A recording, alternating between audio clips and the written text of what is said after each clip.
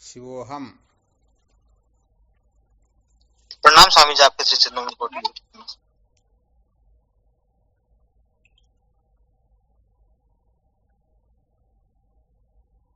आवाज आ रही है? हरे गुरु जी। अरे स्वामी, क्या विषय चल रहा था अपना?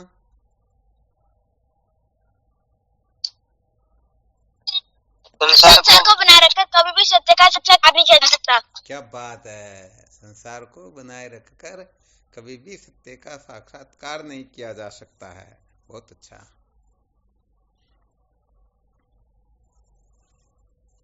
क्या तात्पर्य हुआ इसका?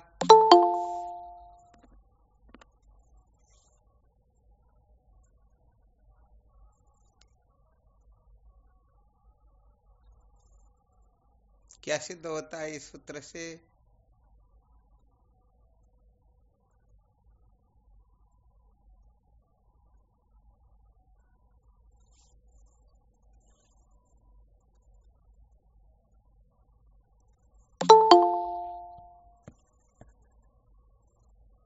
प्रणाम गुरु जी, आपके चरणों में। हाँ शिवोहम। गुरु जी, अगर असत्य वस्तु को ही महत्व देंगे तो सत्य का साक्षात्कार कैसे होगा? बहुत अच्छी बात है। असत वस्तु को महत्व देंगे तो सत्य का साक्षात्कार कैसे होगा? बहुत धन्यवाद, बहुत अच्छा संकेत किया। परंतु प्रश्न यही तो था।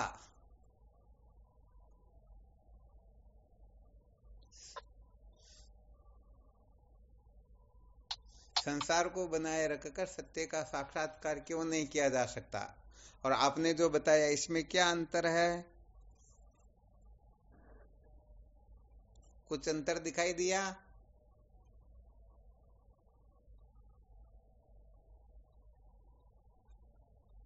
शिवम गुरुदेव। हाँ शिवम बोलो। संसार नाशवान है, ठीक है। जो इसलिए इसका त्याग करके ब्रह्म का साक्षात्कार किया जा सकता है। इसमें बने रहेंगे तो ब्रह्म का साक्षात्कार नहीं होगा। बहुत अच्छी बात है। स्वामी जी चरणों कोटि कोटि प्रणाम। शिवम बोलो। गुरुदेव, संसार स्वयं ही असत्य है, असत्य से सत्य की प्राप्ति कैसे की जा सकती? नहीं की जा सकती। अच्छा, संसार संसार असत्य स्वयं है। ही असत है, ठीक है ना? जी गुरु। जो असत वस्तु होती है उससे कभी कभी भी सत्य का साक्षात्कार नहीं किया जाता। चलो बहुत अच्छी बात, इसको कहते हैं, कहने का मतलब थोड़ा ठीक तरह से जवाब देना। हाँ, और देखो देखे कोई साधक।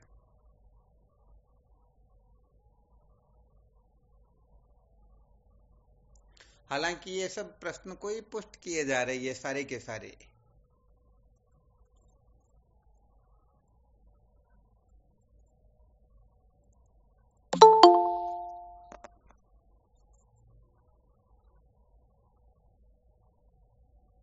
कौन बताएंगे? और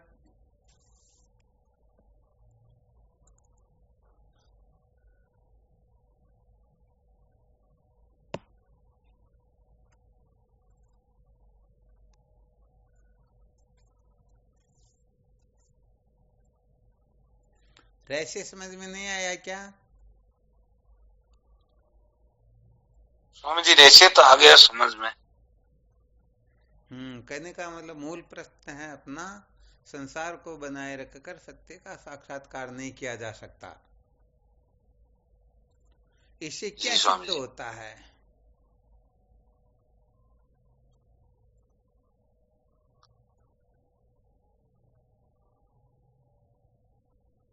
इससे सिद्ध तो स्वामी जी यही होता है कि भाई जो सत्य का साक्षात्कार नहीं होता है इसको हम महत्व देंगे तो ये प्रश्न को पुष्ट करना हो गया, बहुत अच्छी बात है। ये तो प्रश्न में भी यही शंका की गई है।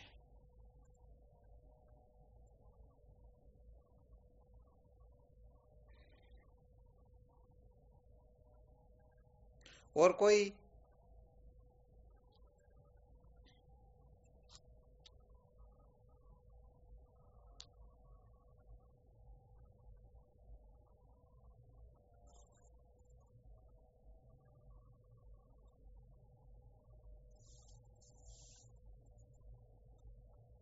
शिवम स्वामी जी। हाँ शिवोहम। असत में जो सतबुद्धि बैठी हुई वो नहीं निकलेगी तब तक सत्य का साक्षात्कार नहीं होगा। हाँ बिल्कुल सत्य बात, यही कहा जा रहा है इस संकेत में। असत में जब तक असत बुद्धि नहीं निकलेगी, है ना।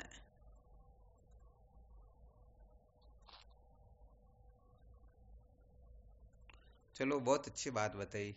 और भी इस प्रकार से अपना अपना एक एक सूत्र तो अनुभव के रूप में प्रकट करो।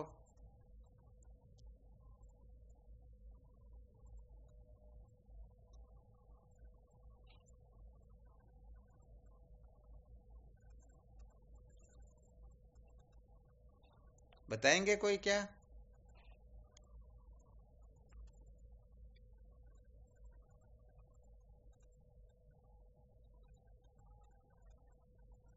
अरे कहने का मतलब ऐसा सूत्र बताना चाहिए कि सारा तख्ता ही पलट जाए। भगवत गीता नहीं पढ़ते हो क्या?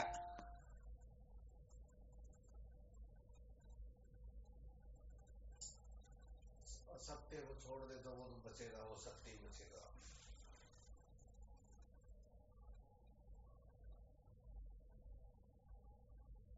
स्वामी जी पढ़ते तो हैं पर समझ में नहीं है, पढ़ते ऐसा तो भगवान नहीं कृष्ण आया। के थोड़े बहुत लक्षण भी आ जाने चाहिए ना। इस तरफ माहिर होना, वैसे संसार की तरफ तो करीब करीब सब लोग माहिर होते हैं। देखो भगवान कृष्ण चोरी करते हुए साक्षात पकड़े जा रहे, फिर भी कोई ना कोई सूत्र निकाल देते हैं। जी गुरु। मैं तो इसमें से चींटी को निकाल रहा था, जबकि मुंह भी भरा हुआ, सब कुछ हो रहा। तो फिर भगवत गीता पढ़ते हो तो भगवान कृष्ण के भी कुछ कुछ लक्षण धारण कर लिया करो ना।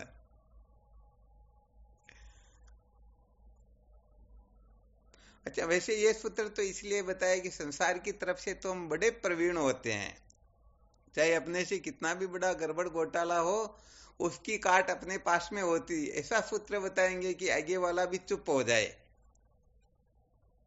तो यह कहने का क्या रहस्य था, थोड़ा पहले संकेत कर देते हैं। तख्ता पलट कैसे होता है, फिर इस जगह का कुछ थोड़ा विचार करते हैं। ये क्या होता है कि अंग्रेजों के जमाने में क्या होता है, एक क्रांतिकारी के ऊपर मुकदमा चलाया जाता है। क्या चलाया जाता? मुकदमा। तो उस मुकदमे के अंतर्गत क्या है कि उस क्रांतिकारी ने बम बनाया था, बम फेंका, ये सारा वर्णन जो है एक कोई ऐसा था जो जानता था। अब उसको कहा भाई तेरे को गवाह देनी, परंतु ऐसे नहीं, ऐसे देनी है। तो उसने शर्त रख ली, भाई मेरे को समझो जैसे इतने रुपए दे या ऐसा वैसा करे तो मैं भले इसको बदल सकता हूं, वरना तो मैं पूरी की पूरी गवाही दूंगा। तो इस तरफ वालों ने देखा, रे तो बहुत ज्यादा मांग रहा, हम कुछ नहीं कर पाएंगे, इतना कैसे करेंगे। अब ये गवाही देने लग गया वहां मजिस्ट्रेट साहब के सामने। हाँ साहब, मैंने देखा था कि इन्होंने वहां से माल मटेरियल खरीदा था, वहां पर बैठ करके बम बनाया था, ये सारी बातें वो सुनाने लगे। और इस तरफ से वो देख रहे अब तो सारा का सारा गड़बड़ घोटाला हो जाएगा। अब उनको इशारा करे तेरे पे मत कर, ऐसा करते करते कहने का मतलब पहुंच गया कहां पर, कि इन्होंने इस प्रकार से उस जगह पर बम फेंका और बम की बहुत भयंकर आवाज हुई। अब बताओ कोई कुछ बच सकता है क्या? यहां पर गवाही तो हो गई ना। गवाही तो हो गई स्वामी। अब इसमें आगे वालों ने वो उंगली ऊपर कर दी, भाई जो तू चाहता वही हम देंगे, परंतु हमको कम से कम बचा तो ले। अब यहाँ कोई तख्ता पलट हो सकता है क्या? भाई सारी की सारी गवाही दे दी ना, मैं इनको प्रत्यक्ष देख रहा था, मेरी आंखों के सामने इन्होंने वहां से ये खरीदा, वहां जाकर के बम बनाया, ये लोग थे, इस प्रकार से वहां से बम को इसमें लेकर के वहां पर गए और मेरी आंखों के सामने इन्होंने बम को फेंका और बम फूट गया। अब कुछ हो सकता है क्या? नहीं हो सकता स्वामी, नहीं हो सकता ना। परंतु जब उन्होंने उंगली ऊपर की कि जो तू कहेगा वही करने के लिए तैयार, जो तू मांगेगा वही मिलेगा, तो उसने अंत में क्या कहा, जिससे साहब क्या देखता हूं कि वो जैसे ही बम का धमाका होता और मेरी नींद उड़ जाती है। ये तो कहते हो तख्ता पलट नहीं होता, गजब कर दिया। एयरफोर्स में लेकर रह करके कमजोर कैसे हो गए भाई? बिल्कुल स्वामी जी, है या नहीं है? सही बात है स्वामी जी। तो मजिस्ट्रेट साहब पूछ लेते क्या तुमने स्वप्न देखा? हाँ बिल्कुल मैंने स्वप्न देखा था, स्वप्न में सब कुछ हुआ था। उनको निकाला, अरे ले जाओ, या कोई सपने का प्रमाण काम थोड़ी करता है क्या?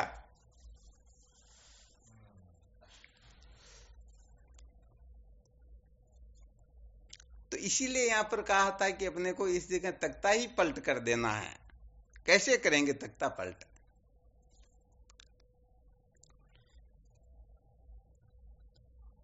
समझो ऐसा सूत्र से अपने को प्रकट करना है जिससे भले ये आए ही नहीं परंतु यही सिद्ध हो जाए।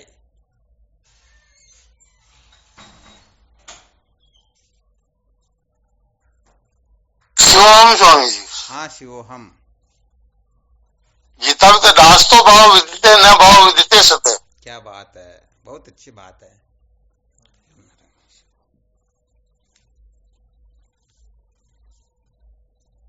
क्या सिद्ध हुआ इससे बोलो?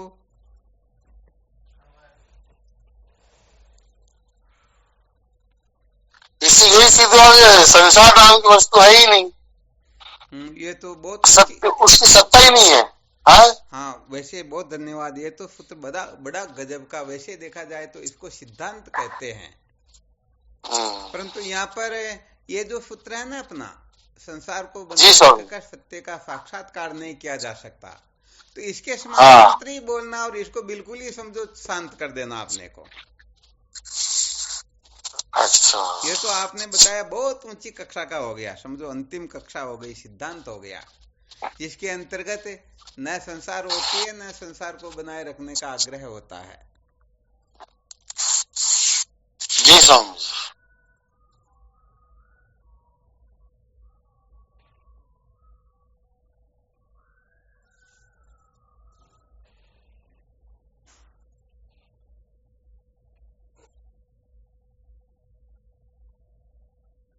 देखो देखिए, विचार करके कुछ आता हो ध्यान में तो।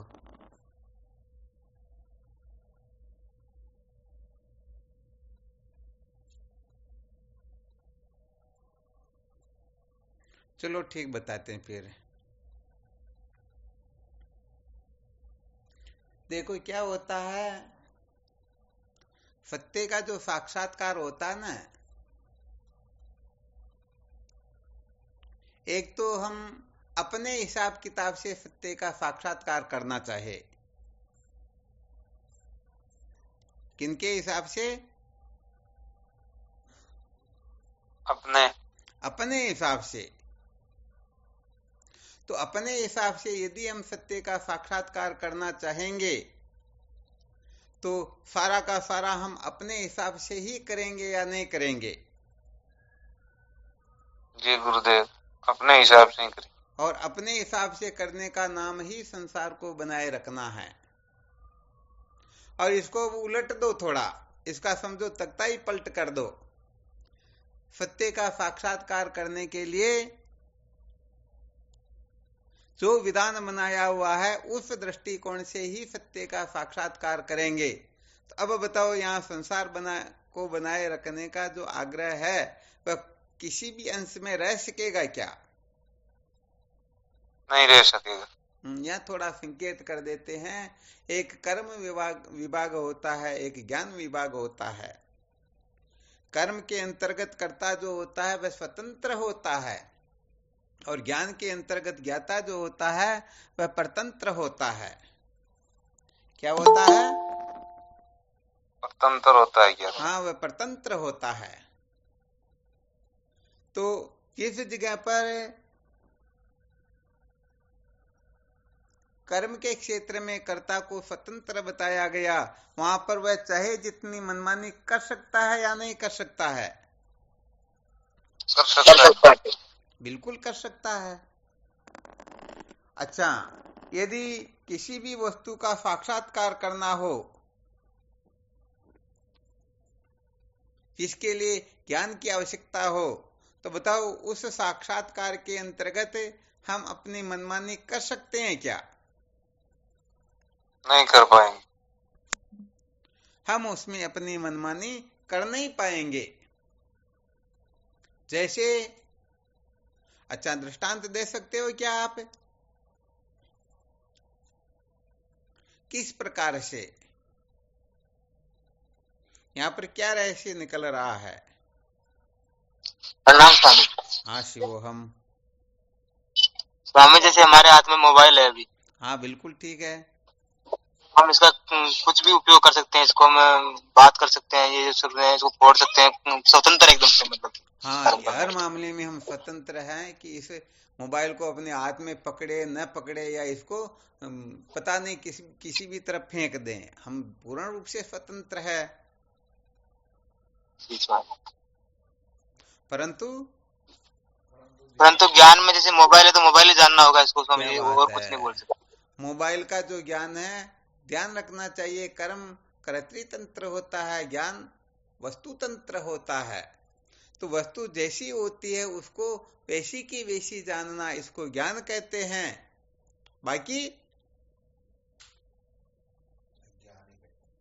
आ गया समझ में? जी गुरुदेव। तो यहाँ पर हमें वस्तु का साक्षात्कार करना, जैसे समझो ब्रह्म साक्षात्कार करना है, तो ब्रह्म साक्षात्कार के नियम से होगा अथवा अपनी कल्पना से होगा? नियम से होगा। हाँ, अपने नियम से थोड़े होगा, वो तो उस हिसाब से होगा ना। जी स्वामी जी। तो अब इस जगह पर बताओ, संसार को बनाए रखने का जो आग्रह है वो सचमुच में शांत शीतल हो जाएगा या नहीं होगा? हो जाएगा।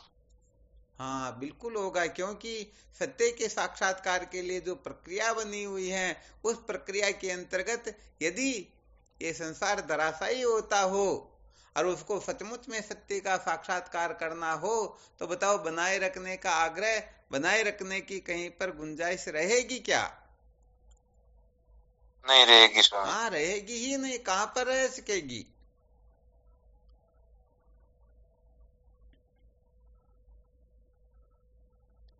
तो यहाँ पर थोड़ा संकेत और कर देते हैं। जैसे हालांकि संसार को बनाए रखने का आग्रह ये तो खैर है ही है, परंतु थोड़ा इसको तो और अलग ढंग से बता रहे हैं, क्योंकि वह भी संसार को बनाए रखना ही है, परंतु उसे थोड़ा ऊंची कक्षा का हो सकता है। तो समझो जैसे कोई ये सोच ले मैं तीर्थ व्रत करके फिर सत्य का साक्षात्कार कर लूं, हालांकि ये भी तो संसार को बनाए रखना ही है ना। जी स्वामी जी। तो बताओ इससे संभव हो सकता है क्या? नहीं हो सकता। बस इसी प्रकार से सारे के सारे सूत्रों को देख लो। समझो कोई धोकनी चला करके फिर सत्य का साक्षात्कार करना चाहता हो, धोकने का मतलब समझ गए? जी स्वामी जी। क्या? योग स्वामी जी। हाँ, प्राणायाम करके। बहुत अच्छी बात है। तो ये जितने भी साधन हैं, इन समस्त साधनों को कोई करके यदि चाहे मैं सत्य का साक्षात्कार कर लूं, तो यह संभव हो नहीं सकता है। बिल्कुल क्लियर ना? जी स्वामी जी। अब जब इन समस्त साधनों के करने से सत्य का साक्षात्कार नहीं होता और हम सचमुच में सत्य का साक्षात्कार करना चाहते हैं, तो बताओ हम अनादिकाल से जो अपनी अक्ल होशियारी लगाते हुए आ रहे हैं, उनका एक प्रकार से त्याग करना ही होगा या नहीं होगा?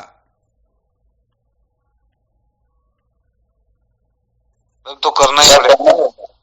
हाँ, ये तो वो जो चार धाम जाते हैं उनको पता है कि कहाँ तक उनकी स्वयं की गाड़ी जाती है, और फिर आगे अपनी गाड़ी अपना ड्राइवर काम नहीं करता, वहां पर तो फिर चेंज ही करना होता है, चाहे कितने भी कुशल क्यों ना हो, फिर भी आगे नहीं जा पाएंगे ना।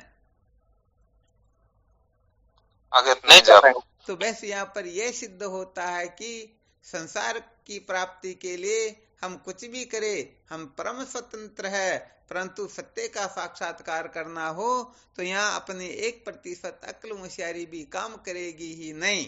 जैसे कोई कीचड़ में गिरने के पश्चात अपनी अक्ल होशियारी लगाए तो वो अक्ल होशियारी उसे इतनी महंगी पड़ेगी कि वह पूरा का पूरा कीचड़ में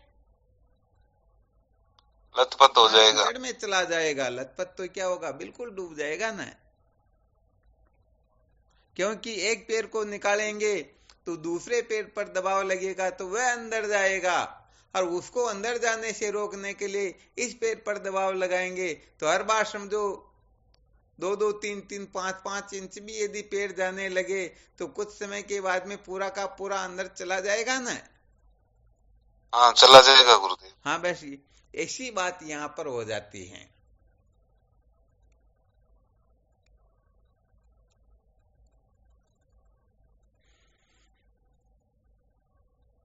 तो जो ये निश्चय कर लेता है मुझे सत्य का साक्षात्कार करना है, तो ये दोनों जो प्रक्रियाएं हैं अपनी अपनी जगह पर ठीक है। संसार को बनाए रखकर सत्य का साक्षात्कार नहीं किया जा सकता, ये समझ में आ जाए तो इसका भी सार यही निकलता है कि सत्य जो है सत्य के दृष्टिकोण से ही प्राप्त किया जा सकता है, और सत्य का साक्षात्कार अपने जीवन का लक्ष्य बना ले तो ये संसार को बनाए रखने का आग्रह स्वतः ही शांत हो जाता है। अब इसमें से अपने को कौन सी प्रक्रिया ठीक लगती है, बस उसी प्रक्रिया को महत्व दे देना चाहिए।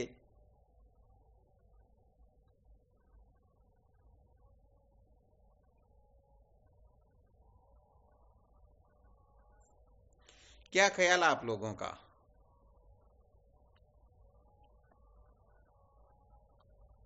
तो स्वामी जी इसमें तो ये जो प्रक्रिया आपने बताई, इस संसार को बनाए रहकर सत्य का साक्षात्कार नहीं हो सकता, तो ये सत्य वचन है गुरुदेव। ये अनादि काल से लेकर आज तक अभी इसी समय तक हम संसार को, इसलिए तो सत्य का साक्षात्कार हुआ नहीं। इसको महत्व देंगे तो हो सकता ही नहीं है ये। चलो बहुत अच्छी बात है। यहाँ पर ये जो हमेशा जो सुनाया जाता ना आग्रह शब्द, ये बड़ा विशेष है। इसका मतलब ये नहीं कि हम संसार को बिल्कुल ही ऐसे वैसे कर देंगे तब जाकर के सत्य का साक्षात्कार होगा। क्योंकि कोई सोच ले भाई पूरे संसार को मिटाएंगे तभी सत्य का साक्षात्कार होगा, तो हो सकता कोई गड़बड़ कर ही न दे। इसलिए यहाँ पर आग्रह शब्द लगाया गया है। इनके प्रति जो अपनी आस्था बैठी हुई है, अमत्व ममत्व सत्यत्व बुद्धि बैठी हुई है, उसी का निराकरण करना होता है। इस संसार में न किसी को छोड़ना होता है, न किसी को पकड़ना होता है। ना समझी से हम बड़े बड़े गड़बड़ घोटाले कर रखे हैं, उन गड़बड़ घोटालों को ही दिमाग से निकालना होता है। तो यहाँ तात्पर्य जीव सृष्टि के त्याग का ही होता है। जब तक ये जीवकृत सृष्टि बनी रहती है, जब तक वासनाओं के चक्कर में पड़े रहते हैं, तब तक सचमुच में हम वहां से ऊपर नहीं उठ सकते हैं। और ऊपर नहीं उठेंगे तो वास्तव में आगे का रहस्य समझ में थोड़े आएगा क्या? नहीं आएगा। हाँ, क्योंकि ये पक्की बात समझ लेनी चाहिए, अंतःकरण के अंतर्गत एक समय में दो ज्ञान हो सकते ही नहीं। ये बड़ा सूक्ष्म विषय, इस पर खूब मंथन किया करो। एक समय में दो, कहने का मतलब स्मृति और प्रत्यक्ष, ये दो एक साथ हो सकता है क्या? अरे किसी वस्तु को भी देखते रहे और किसी की याद भी आती रहे, ऐसा हो सकता है क्या? ऐसा तो नहीं होगा। तो ये दो ज्ञान एक साथ नहीं हो सकते हैं। स्वामी जी आपने एक बार कभी ये बताया नहीं पहले कि ये दो ज्ञान हो सकता है, एक प्रोक्ष और एक अप्रोक्ष। तो प्रोक्ष अप्रोक्ष तो बिल्कुल हो सकता है ना। दो प्रोक्ष एक साथ नहीं हो सकते हैं, दो अप्रोक्ष एक साथ नहीं हो सकते हैं। जैसे रस्सी के अंतर्गत सर्प की कल्पना करेंगे तो माला की नहीं, और माला की करेंगे तो सर्प की नहीं। ये तो नहीं होगा सर। तो दो अप्रोक्ष ज्ञान एक साथ नहीं हो सकते हैं, दो प्रोक्ष ज्ञान एक साथ नहीं हो सकते हैं, बल्कि एक प्रोक्ष ज्ञान और दूसरा अप्रोक्ष ज्ञान तो एक साथ हो सकता है। जैसे मंदिर के अंतर्गत हम मूर्ति को भगवान समझ करके साष्टांग दंडवत प्रणाम आदि करते हैं, कुछ ना कुछ मांगना वगैरह भी करते हैं, तो हम भगवान को वहां समझ रहे हैं या नहीं समझ रहे हैं? मूर्ति को भगवान समझ रहे हैं या नहीं समझ रहे हैं? समझ रहे गुरुदेव। हाँ, तो वह मूर्ति को भगवान समझ रहे हैं, तो ये भगवान का परोक्ष ज्ञान हो रहा है अपने को। और वह जो मूर्ति जो है ना, उसका अप्रोक्ष ज्ञान कौन सा हो रहा? हम अच्छी तरह से जानते हुए ये भगवान नहीं, ये तो पत्थर है। तो अप्रोक्ष रूप से हम पत्थर समझते हैं और परोक्ष रूप से हम उसे भगवान समझते हैं। ये दो ज्ञान एक साथ हो गया या नहीं हुआ? हो गया। हाँ, तो ऐसे होता है। परंतु यहाँ पर जो बताया जा रहा है, दो ज्ञान एक साथ नहीं हो सकते हैं। तो हम संसार को भी बनाए रखना चाहिए और सत्य का साक्षात्कार भी कर ले। ये दोनों को हम अप्रोक्ष रूप से अनुभव करना चाहे तो हो सकता है क्या? कभी नहीं होता। हाँ, कभी नहीं होता है। तो यहाँ पर अप्रोक्ष रूप से हम संसार को समझ करके परोक्ष रूप से भगवान की कल्पना जरूर कर सकते हैं, परंतु जब यथार्थ निश्चय होता है उस समय की स्थिति कुछ और होती है। इस समय इतना जरूर कर सकते हैं।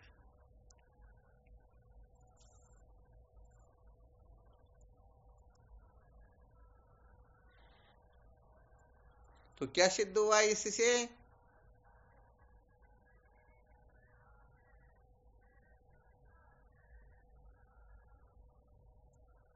अपरोक्ष रूप से संसार को महत्व देंगे तो निश्चित रूप से हमें सत्य का अपरोक्ष बोध हो सकता ही नहीं। हाँ, ये विशेष बात है।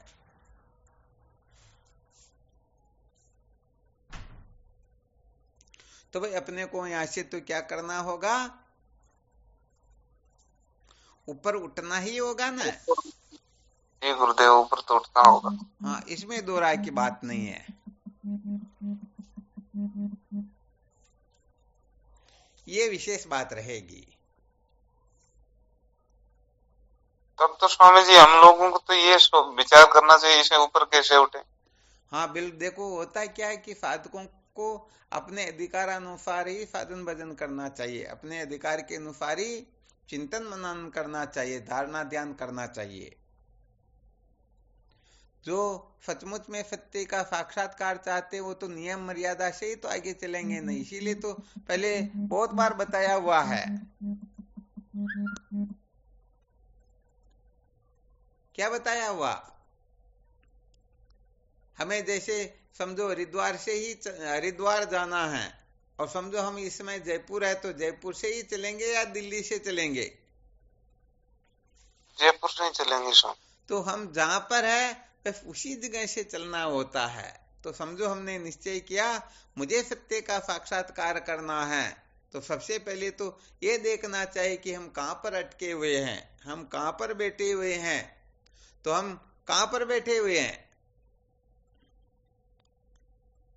अरे अनात्म पदार्थों में बैठे हुए हैं ना। जी गुरुदेव। कुल गोत्र वर्ण आश्रम के भ्रम के अंतर्गत, नाते रिश्ते के अंतर्गत, अपने पराये के अंतर्गत, शत्रु मित्र के चक्र में पड़े हुए। तो साधना यहीं से शुरू करेंगे या फिर आनंदमय कोश से करेंगे? नहीं, अन्वय कोश ही करनी पड़ेगी। हाँ, अन्वय कोश से ही करना होगा। तो सबसे पहले साधकों को यह निश्चय करना होता है कि इस संसार के अंतर्गत मैं क्या हूं और मेरा क्या है। ये मैं मेरे की जो ग्रंथि है ये अच्छी तरह से खुल जाए तो समझो निहाल हो जाएगा।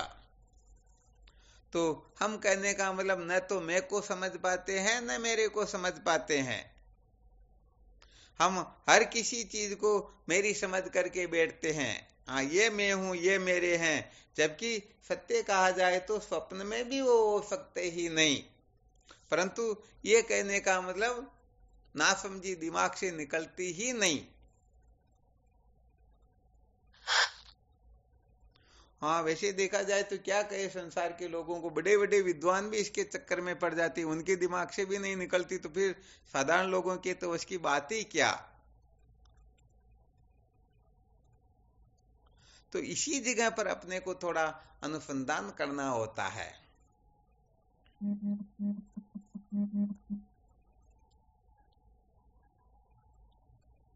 आ गया समझ में? जी स्वामी जी। हाँ, यहाँ पर ये अवश्य है कि जैसे हम जो संसार के नाते रिश्ते हैं, जिनके साथ में हम अमत्व ममत्व करके नीचे की ओर जाते हैं, तो वहीं उनसे उच्च कक्षा के जो नाते रिश्ते हैं उनमें अमत्व ममत्व करके उत्थान की ओर भी जा सकते हैं। इतना जरूर अवश्य हो सकता है। कहने का मतलब संसारियों के संग से हम पतन की ओर जाएंगे या नहीं जाएंगे? जाएंगे। परंतु साधकों का संग हो जाए तो उनमें से अमता ममता निकल करके साधकों में अमता ममता हो जाए, तो बताओ वो उत्थान की ओर ही जाएगा या पतन की ओर? उत्थान की ओर जाएगा। पतन की ओर जाएगा। कहाँ रह रहे हो? उत्थान। नींद में रह रहे हो या? उत्थान की ओर। हाँ, ऐसे बोलो न। अरे पहले जिस जगह पर था उसे तो ऊपर उठ गया ना। जी गुरुदेव, वो तो हाँ, उत्थान की ओर हाँ, जाएगी। ये बात है। तो कुल मिलाकर के ऐसे धीरे धीरे ऊपर उठना चाहिए। एकाएक तो कोई उठ भी नहीं सकते हैं। धीरे धीरे अभ्यास करते हुए तो सब कुछ कर सकते हैं ना। धीरे धीरे तो सब कुछ हो जाएगा। हाँ, सब कुछ हो जाएगा। तो ऐसी कोई अनोखी बात तो है नहीं कि हम नहीं कर सकते हैं। और जिनमें इतना भी आत्मबल नहीं है वो तो सचमुच में कुछ कर पाएंगे ही नहीं। हाँ, आत्मबल तो ऐसा होना चाहिए, इस संसार में कोई कुछ नहीं कर सकेगा परंतु मैं तो करके ही बताऊंगा। इसमें तो कोई बड़ी भी बात नहीं है, नहीं कर सकते हम, कर क्यों नहीं सकते? हाँ, बिल्कुल सत्य बात है। हम नहीं कर पाएंगे तो और कौन कर पाएंगे? बिल्कुल बिल्कुल सत्य बात है।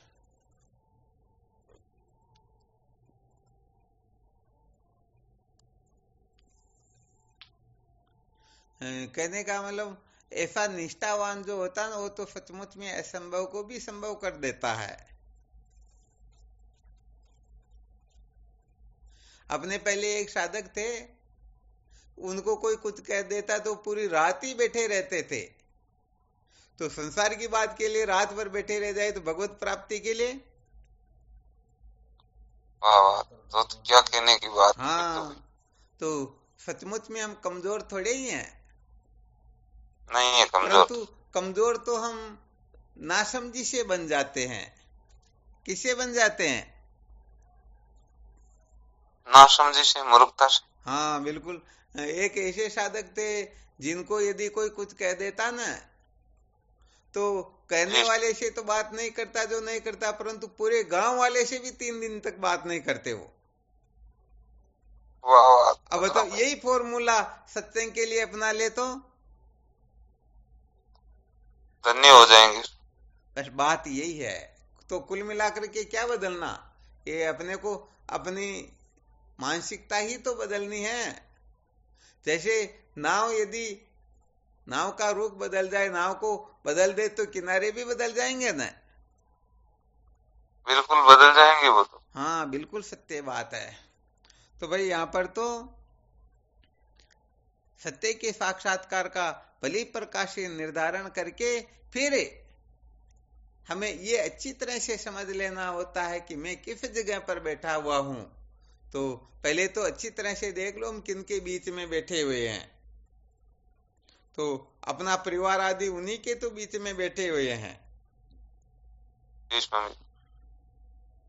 फिर यहीं से साधना प्रारंभ करें कि सचमुच में क्या कर्म धन भोग संसार के नाते रिश्ते से, संसार के पद प्रतिष्ठा से, संसार के वैभव से, धन दौलत से, समस्त पदार्थों से क्या मैं अजर अमर हो सकता हूँ?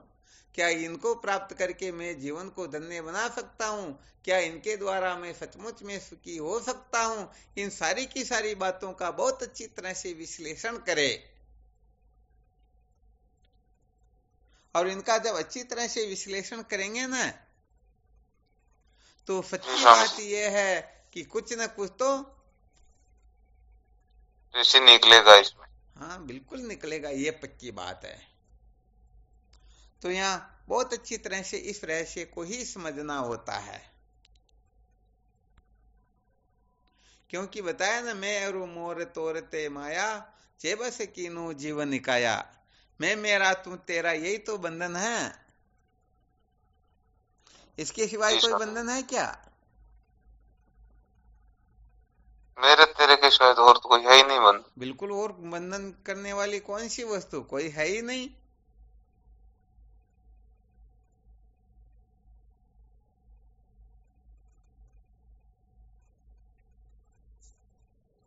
तो बस इसी जगह पर अच्छी तरह से विश्लेषण करना होता है। और हमारी जो आस्था बैठी हुई है कि यहाँ से हमको सुख मिलेगा, बस उस सुख बुद्धि का ही त्याग करना, न कि जहां पर रह रहे उनके साथ वालों का त्याग करना या अपना इधर उधर करना। ऐसा कुछ करने की जरूरत ही नहीं है। हाँ, थोड़ी ज्यादा उत्तम जिज्ञासा जागृत हो जाएगी तब की बात भले ही अलग है, परंतु नासमझी से किया हुआ काम अपने को दुखी भी कर सकता है।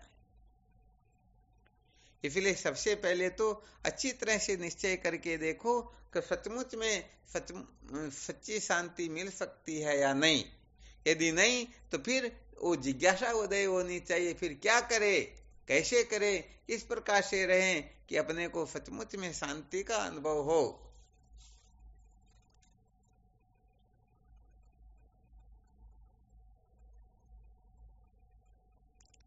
तो बस ये सूत्र अच्छी तरह से समझ में आ जाए। कौन से सूत्र? एक तो लक्ष्य का भली प्रकार से निर्धारण करना, और दूसरा सूत्र है हम किस जगह पर अटके हुए हैं, कहां पर बैठे हुए हैं, कहां पर हमारी अमत्व ममत्व सत्यत्व बुद्धि हो रही है। जहां पर हो रही है वहां से सचमुच में हम कृतार्थ हो सकते हैं या नहीं। यदि नहीं हो सकते हैं तो फिर हमें क्या करना क्या नहीं करना, ये सारे के सारे विश्लेषण अच्छी तरह से जो समझ लेते हैं, समझो वो प्रस्थान कर चुका है, निश्चित रूप से वो सत्य का साक्षात्कार करके कृतार्थ हो ही जाएगा। और यदि इस प्रकार की बुद्धि बनती ही नहीं, ऐसी समझ उदय होती ही नहीं, तो समझ लेना चाहिए अभी उनको राम राम करने में ही फायदा है। बिल्कुल सत्य वचन। हाँ, क्योंकि ये वेदांत विचार थोड़ी अलग वस्तु होती है।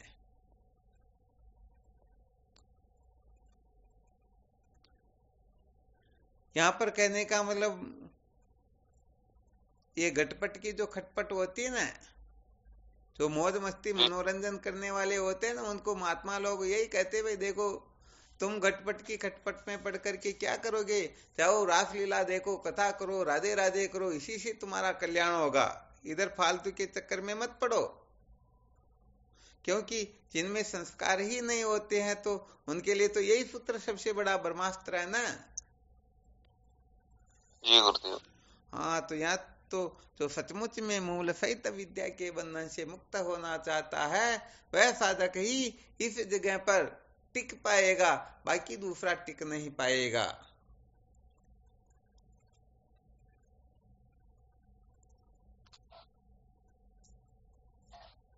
हरिओम गुरुवर।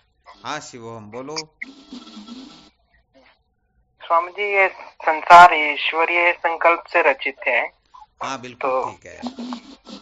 ज्ञान होने पर भी सामने कोई वस्तु हो तो उसका अभाव नहीं होगा। हाँ बिल्कुल, बात ठीक है जी, मगर भगवान हमारी वृत्ति फिर भी संसार के आकार को ही ग्रहण करती है। हाँ ठीक बात तो है। हम उसमें यथार्थ जो सच्चाई है वो कैसे देखें भगवान? हाँ, बात ये है कि यथार्थ बोध होने के पश्चात उनकी जितनी भी वृत्तियां बनती है वो सारी की सारी वृत्तियां ब्रह्माकार ही होती है। क्योंकि ब्रह्म के सिवाय जब निश्चय हो गया नैना नास्ति किंचन, तो उनकी समस्त वृत्तियां ब्रह्माकार ही होती हैं। फिर ब्रह्म से बिन कुछ हो तो उसके लिए आकार प्रकार अलग से ही बने। तो भगवान ब्रह्माकार वृत्ति मतलब समझ में नहीं आया थोड़ा तात्पर्य। मतलब कोई वस्तु से आकारित होकर के उसमें उसकी सत्यता का ज्ञान हो। ठीक है कि ये तीनों कालों में सत्य हो ही नहीं सकता। क्या होता है कि जिस प्रकार से स्वप्न के अंतर्गत जितना भी प्रपंच प्रतीत होता है ना, तो स्वप्न सृष्टि के अंतर्गत जो भी जितने भी जीव होते हैं ना, वो एक दूसरे को कुछ न कुछ समझ सकते हैं, देख सकते हैं, उनके बारे में कल्पना कर सकते हैं। परंतु स्वप्न दृष्टा की दृष्टि से देखा जाए तो बताओ, किसी भी प्रकार की भिन्नता, भेद या कुछ है क्या? नहीं नहीं है ना। तो ऐसे जी जो इस जगह स्थित हो जाते हैं, तो उनकी दृष्टि में सारा का सारा जो ये प्रपंच है, ये सब ब्रह्म स्वरूप ही है, ब्रह्म से भिन्न तो कुछ है ही नहीं। तो उनके क्या लिए हमें ऐसा समझना, जय गुरुवर, हाँ बोलो। हमें ऐसा समझना चाहिए कि हम संपूर्ण विश्व के प्रकाशक हैं? ये तो बिल्कुल, ये समझेंगे तभी तो ये प्रपंचवादी तो होगा। यदि हम ऐसा नहीं समझ पाएंगे तो प्रपंच की सत्ता तो जो की त्यों नहीं रहेगी। अच्छा, हाँ, यहाँ पर तो हमारी यही निश्चय होगा कि पिशास्माद वातः पौती बिफो देती सूर्य पिशास्माद निश्चय इंद्रस्य मृत्युरधावती पंचमे। हमारे भय से सूर्य उदय होता है, हमारे भय से वायु बहती है, हमारे भय से अग्नि, इंद्र और मृत्यु, ये पांचों देवता भागे फिरते हैं। ऐसा बोध होगा तभी तो ये सारा का सारा प्रपंच बाधित होगा, और तब जाकर के तो कृतार्थ हो पाएगा। जी जी भगवान, बहुत बहुत धन्यवाद आपको। चलो, बहुत अच्छा। होता क्या है कि अभी जो ये चर्चाएं चल रही, थोड़ी साधकों के लिए चल रही, वरना ब्रह्मवेता महात्माओं की दृष्टि में तो ये जगत मिथ्या भी नहीं होता है, इसका तो अत्यंता भाव होता है। मिथ्या समझने वाले भी सचमुच में ज्ञानी नहीं है, वो भी अभी तक सत्य से 1 इंच नीचे ही हैं।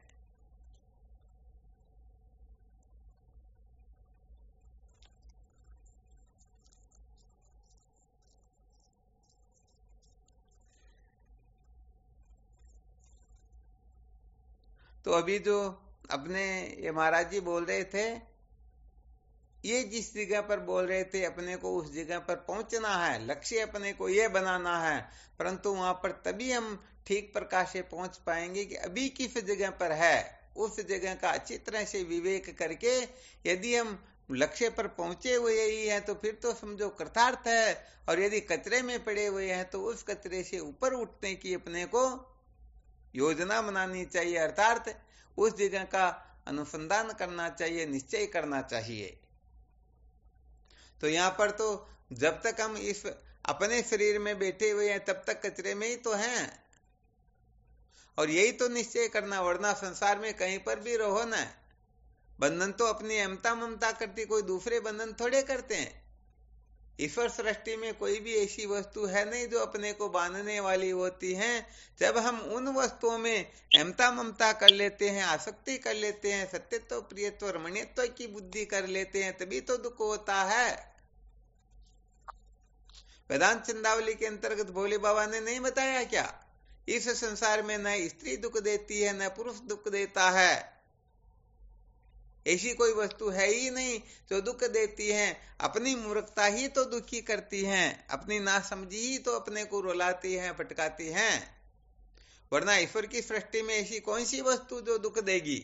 क्योंकि ईश्वर जब स्वयं आनंद स्वरूप है तो ईश्वर के द्वारा बनी हुई वस्तु दुख स्वरूप कैसे हो सकती हैं? हो सकती हैं क्या?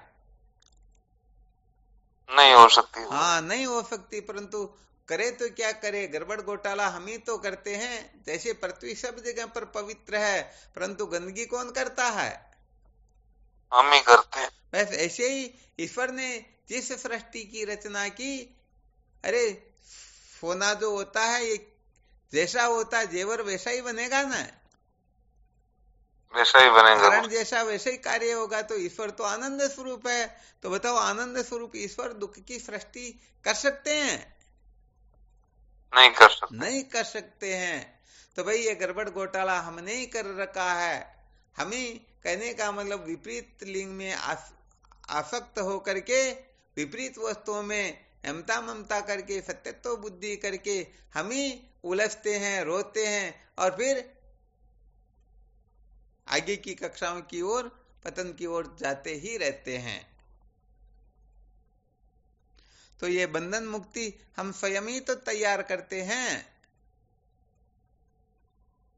क्योंकि वास्तव में देखा जाए तो हम जिस जगह पर सृष्टि को देख रहे हैं वहां सृष्टि है ही नहीं, ईश्वर ही ईश्वर है। जैसे सोने के जेवर बनने के पश्चात हम जेवर को देखे तो जेवर को देखते हुए भी जेवर को नहीं देख रहे, सोने को ही देख रहे हैं, जेवर की तो कल्पना कर रहे हैं ना।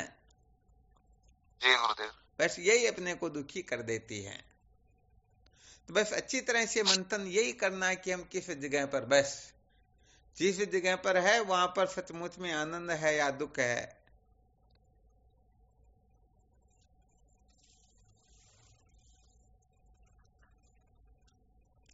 तो ये विवेक ही अपने को मंजिल तक पहुंचाएगा।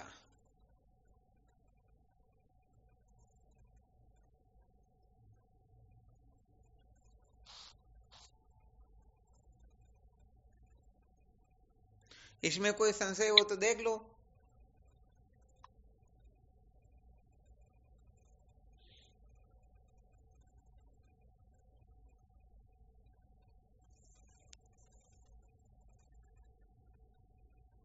कोई संशय नहीं?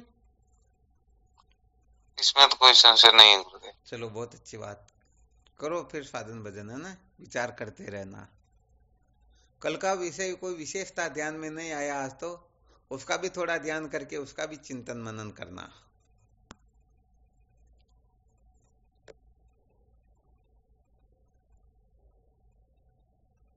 ठीक। शिवोहम। प्रणाम गुरुदेव, प्रणाम। शिवोहम। प्रणाम। श्री सतगुरुदेव स्वामी जी के चरणों में कोटि कोटि प्रणाम। शिवोहम। हाँ शिवोहम। शिवोहम गुरुदेव, आपके चरणों में बारंबार प्रणाम। शिवोहम।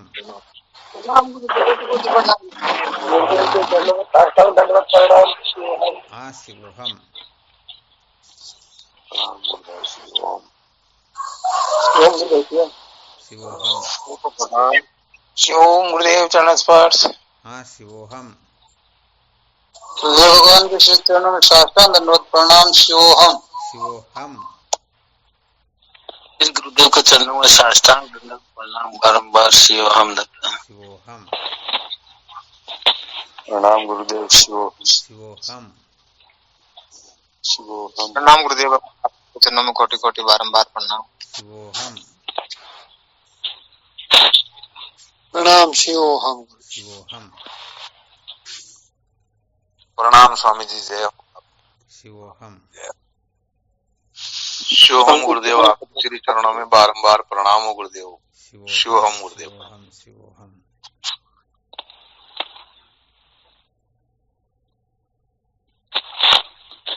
शिवोहम। शिवोहम।